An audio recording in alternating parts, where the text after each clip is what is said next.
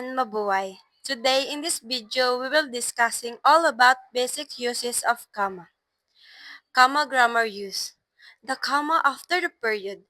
The comma is the most frequently used punctuation mark. Commas usually indicate that there is brief pause in that sentence.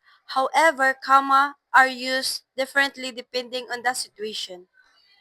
Rule number 1. Comma used to separate independent clauses with they are joined by coordinating conjunction. And, but, for, are, nor, so, yet. Independent clause expresses incomplete thought called stand alone as complete sentence, while dependent clause expresses an incomplete thought cannot stand alone complete sentence. For example, number 1. This is the bad and this is the good. So you see the different, the independent clause and the dependent clause. Rule number 2. Use commas to separate words and word groups in a series of the 3 or more items. Example, this is the good and bad. Rule number 3. Use commas after introductory phrases or words that came before the main subject predicate of the sentence. So, examples.